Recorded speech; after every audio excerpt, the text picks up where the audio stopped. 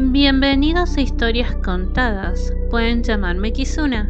Hoy les narraré el siguiente capítulo de La Tierra Prometida, escrita por Henrik Pontoppidan, Premio Nobel de 1917. Capítulo 5. Páginas 46 a 53. Ranghilda siguió sentada un rato, mirando, pensativa, hacia el lago. Luego se levantó y lentamente se dirigió a la casa parroquial, donde fue recibida por la vieja criada, que, con motivo de la reunión, estaba toda nerviosa. Durante la ausencia de Ranghilda se había sentido muy desgraciada y ahora no cesaba de hacerle preguntas relativas a los preparativos de la comida y a poner la mesa. Ranghilda le dio instrucciones con pocas palabras, dichas en tono mordaz, y se dirigió al salón. Se sentó al lado de la ventana con un libro, una novela inglesa, que había tomado al azar de la estantería. Estaba deprimida. Cuando llevaba allí un cuarto de hora sin saber qué leer, miró el reloj que había sobre el pedestal del rincón. Eran las 3. Entonces dejó el libro y se levantó, dio unas vueltas por el cuarto, se detuvo un momento para contemplar el loro que se había dormido y finalmente se sentó al piano y se puso a tocar uno de los preludios de Chopin. Volvió a mirar el reloj, eran las 3:10. Hizo sonar de nuevo el piano con un par de acordes, pero cortó de repente. Se levantó, cogió un periódico que había en la redonda y pesada mesa de caoba y volvió a sentarse junto a la ventana. Con el periódico abierto sobre las rodillas y la barbilla apoyada en su pequeña y blanca mano, se hundió más y más en meditación, mientras su mirada seguía resbalando por el gran jardín vacío y los desiertos techos de paja de los establos. Por fin dieron las 3:30, entonces se levantó y se fue a su habitación para cambiarse de ropa. Los invitados eran esperados a las 6 y como la comida de mediodía se omitió a causa de la reunión, había tiempo suficiente para un arreglo minucioso. Pero, incluso en circunstancias normales, el cambio diario de ropa era para Ranghilda uno de los principales acontecimientos del día. Desde que vivía en la aldea tenía la costumbre de pasar todas las mañanas unas 2 horas en su habitación, lujosamente amueblada y en cuya atmósfera se percibía siempre el olor de una fina esencia de violetas. Era para ella un entretenimiento estar ante su espejo de tamaño natural, contemplando su persona según se desnudaba y vestía, gozar de la vista de su cabello, de sus hombros desnudos y de su pelo suelto, probar un nuevo peinado o hacer una comparación de colores con su vestido.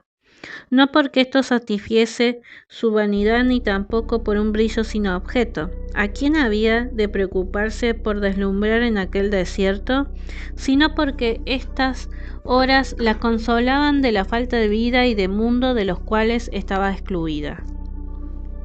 ¿Por qué más debía ella preocuparse? Todas las mañanas cultivaba su música y este era su momento más feliz, pero el médico le había prohibido rigurosamente estar más de 3 horas al piano. Diariamente leía 2 horas, un idioma completamente extraño, y pasaba otras 2 tomando parte en la dirección de la casa, aunque su ayuda personal era completamente innecesaria. Pero al día le quedaban aún 8 horas largas. ¿Qué hacer con ellas? ¡Ay! Durante 8 largos meses de inviernos, tierras y caminos eran lodazales intransitables. Incluso en verano, la vista de las grandes y mudas tierras de labor, de los desnudos y monótonos diques de piedra y del fiordo, siempre azul o gris, le producía una depresión espiritual. Sin embargo, lo peor para ella era pasear por la aldea, donde de antemano sabía con qué personas se iba a encontrar, donde se veía obligada a corresponder a los saludos familiares de los campesinos y contestar a las acostumbradas y simples frases sobre el tiempo, las perspectivas de cosecha y la helada nocturna que le dirigieran las medio bestias campesinas.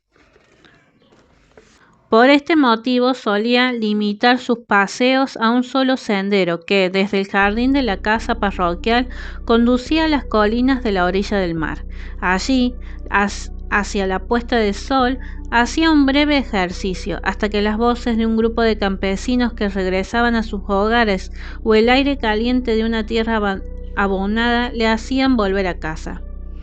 Propiamente hablando, solo tenía un compañero, Matusalén, el loro, sin cuya compañía su vida hubiera sido más triste. Jamás había podido comprender que la imitación de la voz humana por un animalejo como aquel no fuese tan divertida como el murmullo y gruñido bestiales en que, a sus oídos, consistía el lenguaje de un campesino. Y, además, el loro tenía cierto temperamento, se mostraba desvergonzado, triste, alegre, enfadado, galante. 5 años llevaba viviendo en la misma soledad. Había nacido en la ciudad provinciana de Jutlandia, donde su padre en otro tiempo era profesor del instituto. Desde los 13 años, edad en que perdió a su madre, y hasta su confirmación, había vivido con 2 tías en Copenhague. Al cumplir los 16 años vino a la casa parroquial. Salió con su joven corazón rebosante de feliz espera. Sabía, por las novelas y por el teatro, que la mujer danesa había puesto sus flores más encantadoras en las jóvenes hijas de las casas sacerdotales campesinas, y que los anhelos más delicados de todos los jóvenes nobles era para ellas. Todavía recordaba ella como aquel verano pasaba todo el día en el jardín, donde, adornado su pecho con una fresca rosa de musgo, ora se ponía a soñar a la sombra de un árbol, ora subía a una altura, desde donde, defendiendo los ojos con los brazos, clavaba la vista en el paisaje iluminado por el sol. Como si cada día pudiese esperar, en serio, que en el horizonte surgiesen 2 estudiantes viajando a pie. Se los imaginaba llenos de polvo y tostados por el sol, con los ojos puestos en la puerta del jardín, y que su padre pasaba en aquel momento por el balcón y los invitaba a entrar, que ellos al principio se ponían colorados y se sentían acobardados, pero que luego se volvían animosos y comunicativos, y finalmente cantaban bellas canciones en el jardín a la luz de la luna, que uno de ellos, el de mirada profunda y pensativa, al despedirse le estrechaba la mano balbuciendo frases atropelladoras, diciéndole que no le olvidase, y que un año después volvía para pedirla a su padre con palabras llenas de emoción. Pero jamás vinieron turistas a aquel abandonado rincón de la tierra, y pasaron los veranos, uno tras otro, sin que se viese perspectiva alguna de aventura. Rangilda sonreía compasiva al recordar estos sueños de los 16 años. Desde entonces ella había sido importunada frecuentemente por pretendientes, hijas de los propietarios de la parroquia, que ni siquiera entendían que ella no se sentía halagada por sus proposiciones. Por lo demás, los años habían transcurrido tranquilos y monótonos al lado de su padre, sin acontecimientos exteriores de ninguna importancia. Cuando ella volvía la vista atrás a su vida, casi no comprendía que no tuviese más de 21 años, que se encontrase precisamente en el cenit de su florecimiento. Dicho sin rodeos, nada había en el mundo que le interesara, excepto su música. Incluso la visita anual a Copenhague con motivo de las vacaciones ya no era para ella un acontecimiento. Poco a poco se había convertido en una extraña al ambiente de la capital. Sus viejas amigas y conocidos se habían dispersado, sus tías habían fallecido. Todo estaba ahora como si la vida fuese doblemente vacía y la naturaleza que la rodeaba hubiese duplicado su siniestra, muda y petrificada falta de vida. Por eso ni siquiera le había agradado que su padre se hubiese decidido a tomar un capellán.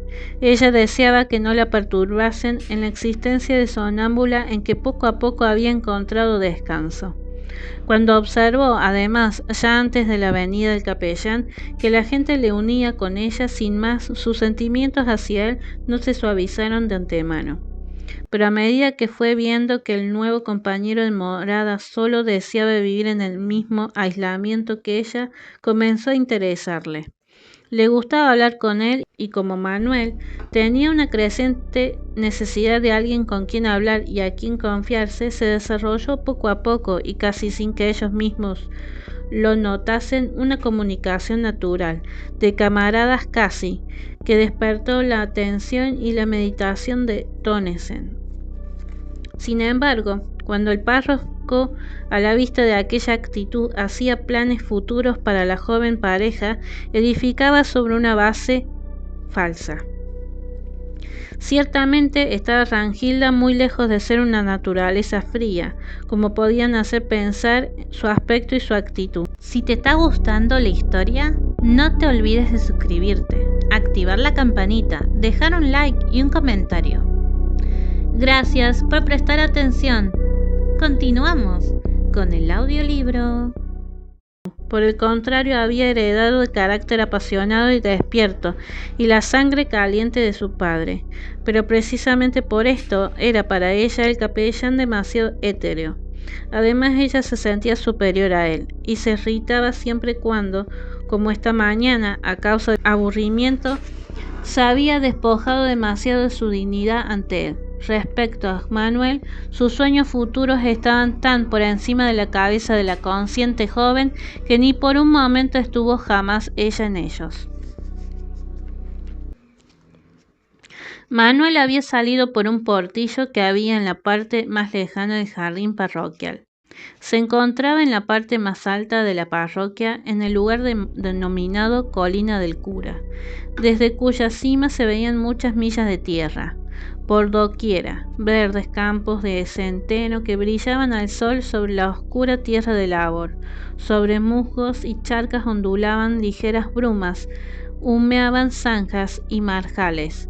Por toda la tierra había un aire húmedo de vegetación, impregnado de primavera, lleno de sol y de prometedores trinos de pájaros, como si el verano pudiese celebrar su entrada solemne cualquier día. Manuel siguió un sendero que desde la casa parroquial llegaba hasta el fiordo, a través de una serie de campos yermos. Era el mismo sendero por el que Rangilda solía dar su pequeño paseo de la puesta de sol. Sin embargo, no pensaba en ello, ni siquiera era eso el motivo de que este sendero se hubiese convertido poco a poco en su paseo favorito. Si los dos le habían cobrado afecto era porque en él no los molestaba nadie. En su soledad buscaban involuntariamente lugares más apartados aún, y en ellos solo se veía alguna que otra pequeña choza o un campesino solitario cultivando sus tierras. Durante el invierno Manuel recorría estos lugares vestido con su larga levita y acompañado de su inseparable paraguas de seda, que poco a poco se le había hecho indispensable, casi como un amigo fidelísimo. Frecuentemente se había pasado mediodía deambulando sin ton ni son entre las colinas, encontrando en esta vida con la naturaleza una compensación cada vez más plena de su falta de trato con los hombres. Jamás se había imaginado antes que pudiese haber algo tan cautivador en una excursión por el campo bajo un cielo invernal gris y nublado. Nada tan sorprendente escuchando el grito salvaje de las cornejas cuando, a la caída de la tarde, regresaban en bandada a su albergue nocturno. Y la primera alondra jamás olvidaría el momento en el que él, en medio de la poderosa soledad de las tierras vacías, oyó de pronto sobre su cabeza el tañido de la campanita del cielo, mientras la naturaleza continuaba aún envuelta en la rigidez invernal. Todos los días bajaba a la orilla del mar, donde solía detenerse algún tiempo aspirando la brisa marina y viendo las gaviotas que, mudas e inquietas, volaban en círculos alrededor de un punto del espacio como si guardasen un importante secreto. Pero este día estaba vacía la orilla del mar. El calor había echado a las bandadas de aves hacia la boca del fiordo. Entonces continuó andando a lo largo de la costa, deleitando su vista con la contemplación de la extensa superficie del fiordo, en el que se reflejaban pomposamente los puertecitos pesqueros de la región de Jembo, con sus acantilados cubiertos de vegetación. Finalmente subió a una eminencia desde la cual contempló un amplio panorama de la comarca. A sus pies, entre sus 3 desnudos montículos, estaba Skibberup. Se sentía en todo momento especialmente atraído por esta pequeña aldea, que, con sus grupos de casitas, su ramificada charca y sus numerosos prados y curiosas callejuelas y rincones, les parecía mucho más acogedora que Belgby, con sus caseríos nuevos y regulares, que veía todos los días. Se había enamorado de este rinconcito romántico, que era como un exuberante oasis entre las colinas doradas. Por este motivo era para él objeto de doble preocupación el que fuese precisamente en Skibberup, donde tenía su sede el movimiento anticlerical de la parroquia. Sentía como un clavo en el corazón cada vez que su visita se posaba en cierta casita ruinosa, situada en el centro de la aldea, sobre cuya cubierta de paja ondeaba frecuentemente una gran bandera abigarrada.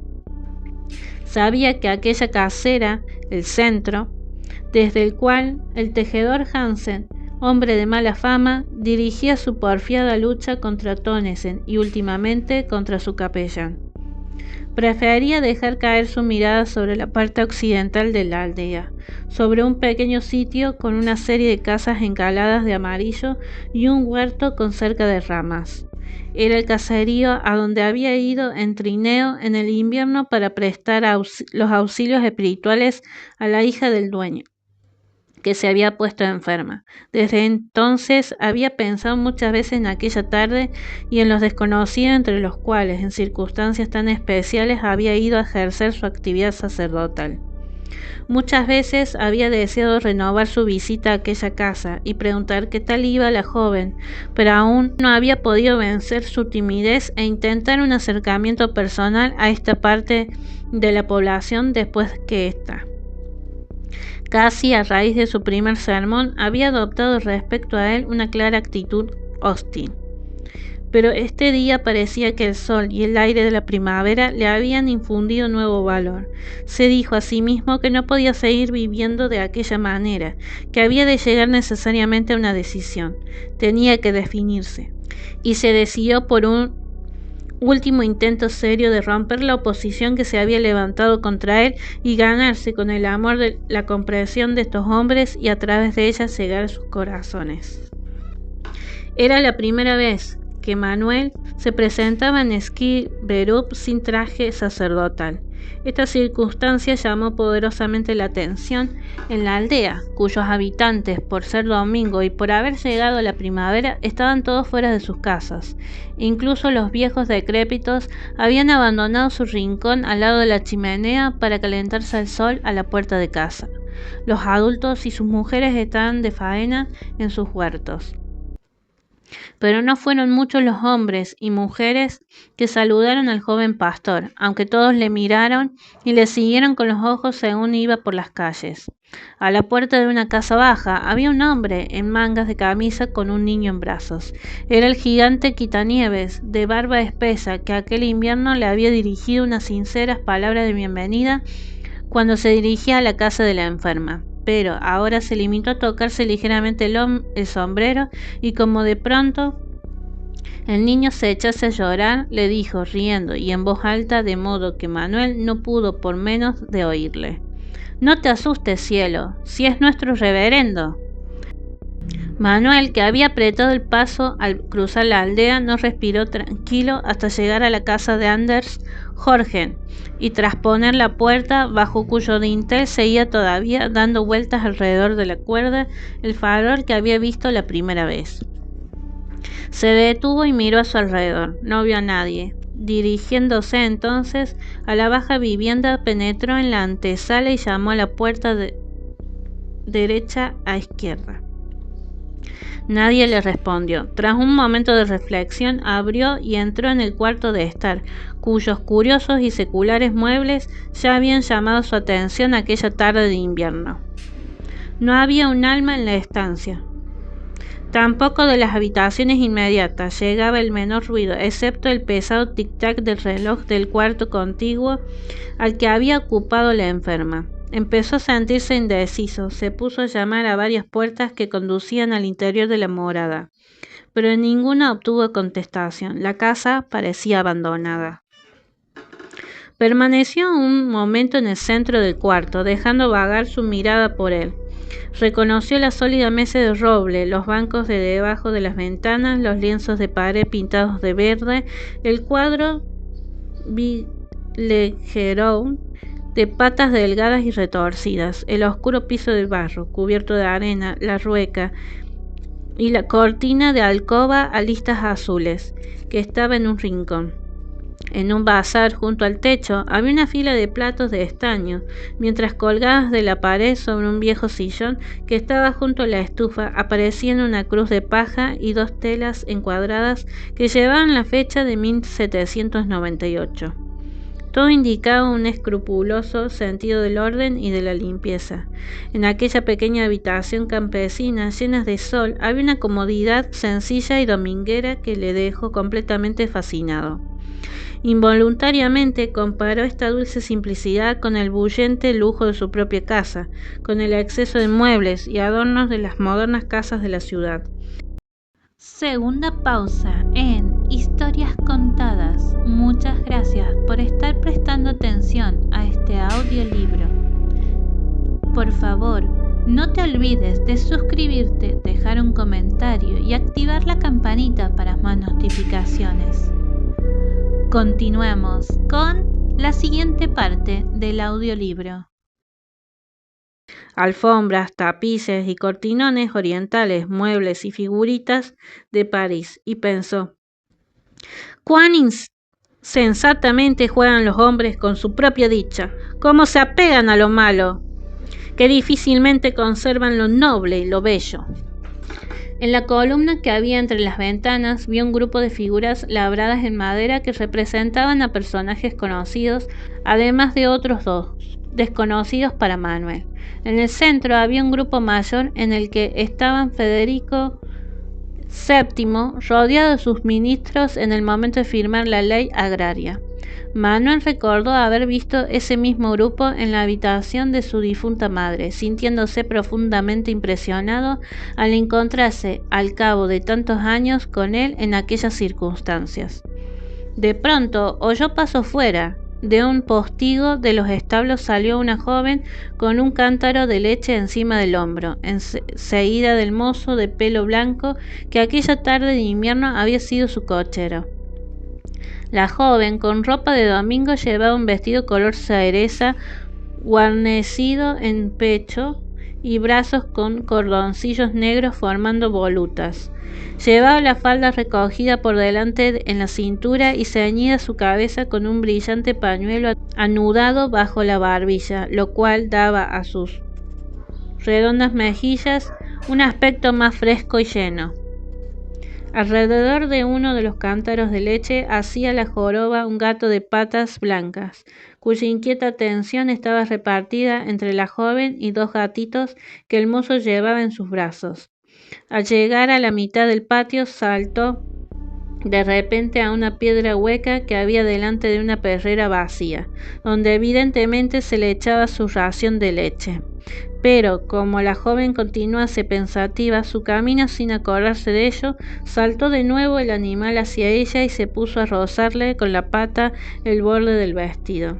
Entonces ella volvió atrás y le echó una abundante ración de humeante leche en el hueco de la piedra. Pero ahora comenzó en serio el martirio del gato.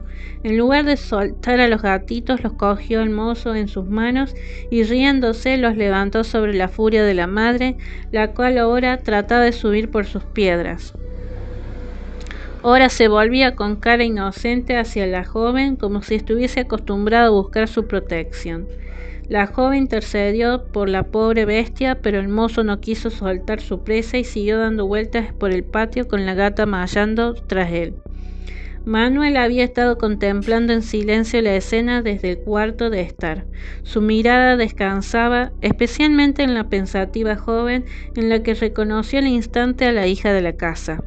Se la había imaginado algo más alta y de aspecto más bello, y en cambio quedó sorprendido de la profunda seriedad que envolvía su pequeña y recia figura. Es como la naturaleza, se dijo, y sintió tener que arrancarse de su contemplación.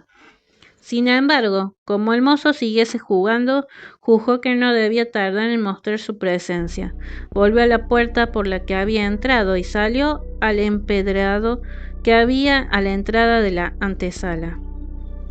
Al verlo, los dos hermanos no pudieron evitar un pequeño grito de terror. Profundamente ruborizada, soltó la joven a toda prisa la punta de la falda que llevaba recogida en la cintura y se arrancó de la cabeza el pañuelo, mientras su hermano dejó apresuradamente los dos gatitos y se metió por la puerta más próxima. Manuel bajó los 2 escalones y fue a dar los buenos días. «No se moleste usted», dijo, disculpando. «Pasaba casualmente por aquí y me vino el deseo de entrar para saber cómo se encontraba usted. Ya veo que se encuentra muy bien, ¿verdad?» «Sí, gracias», murmuró ella y volvió intranquila la vista hacia atrás como si buscase ayuda. En aquel momento se abrió la puerta del establo y salió el viejo Anders Jorgen, haciendo sonar el suelo con sus pesados zuecos de madera calzados con hierro. Llevaba en la mano unas trabas de vaca. Vestía una camisa de lasna a rayas blancas y negras y cubría sus hirsutas melenas con un sombrero de pelo con alas de cuero. Manuel le tendió la mano. «Pasé casualmente por delante de su casa y sentí deseos de entrar para saber qué tal les iba», repitió. «Ya veo que su hija... ¿no se llama Hansín?» «Sí, reverendo. Tiene un aspecto excelente. Espero que haya vencido totalmente su enfermedad». «Muchas gracias, gracias a Dios. Creo que ha vuelto a su ser. Pero, por favor, pase y siéntese. Mi mujer vendrá enseguida». Atravesaron juntos el patio y entraron en el cuarto en cuyas ventanas calentaba todavía el sol, lanzando sobre la mesa y el suelo enarenado dorados cuadritos de luz.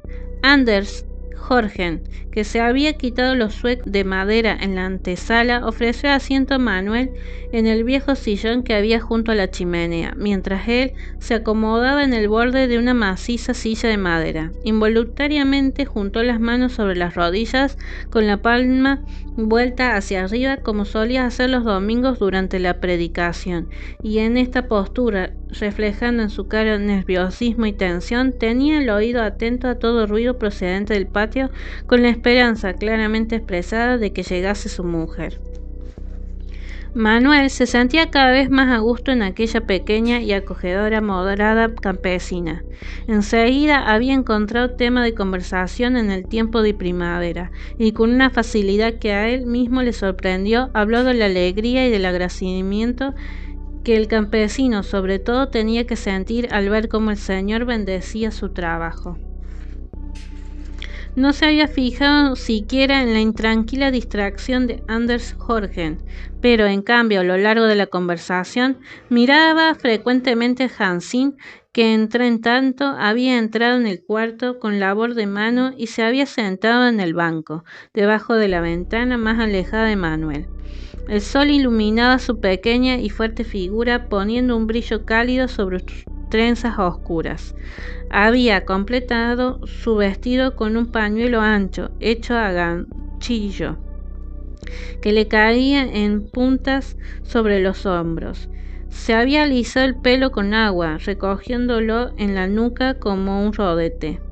Callada como un ratón y medio vuelta hacia afuera, allí estaba ella sentada con su labor, como si por todos los medios posibles tratase de pasar inadvertida, mientras la expresión de su cara y el color de sus mejillas indicaban que era toda oídos y que no se le escapaba ninguna de las palabras de Manuel.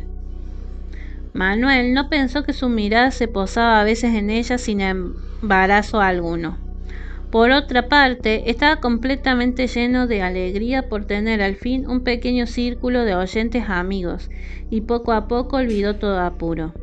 En medio de su charla se oyó un ruido en el patio. Anders Jorgen respiró tranquilo en su asiento. La joven echó una rápida mirada a través de la ventana para preparar al que llegaba. Pero de pronto desapareció el color de su cara. Con un gesto inseguro, casi de terror, miró a su padre. Un momento después sonaron en la puerta 3 golpes discretos. Y hasta aquí llegamos con el capítulo 5 de La Tierra Prometida. Espero que les esté gustando la visita de Manuel al campesino. Próximo capítulo, jueves 11 de diciembre. Nos vemos en Kizuna, Historias Contadas.